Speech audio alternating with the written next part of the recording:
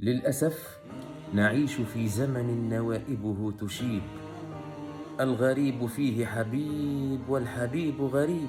صرنا نتعوذ فيه من الناس أكثر من استعاذتنا بالله من الشيطان نفسه. ناس يكسرون فيك ألف خاطر ثم يطلبون منك ألا تتغير.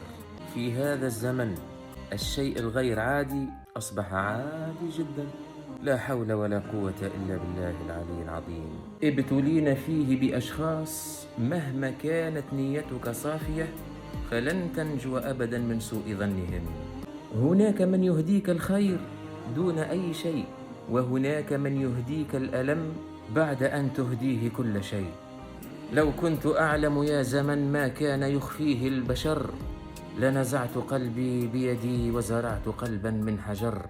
أي معنى للفضيلة حين نخطئ ونطلب الصفح من الرذيلة؟ وأي معنى لزمن ألغيت منه كل القيم؟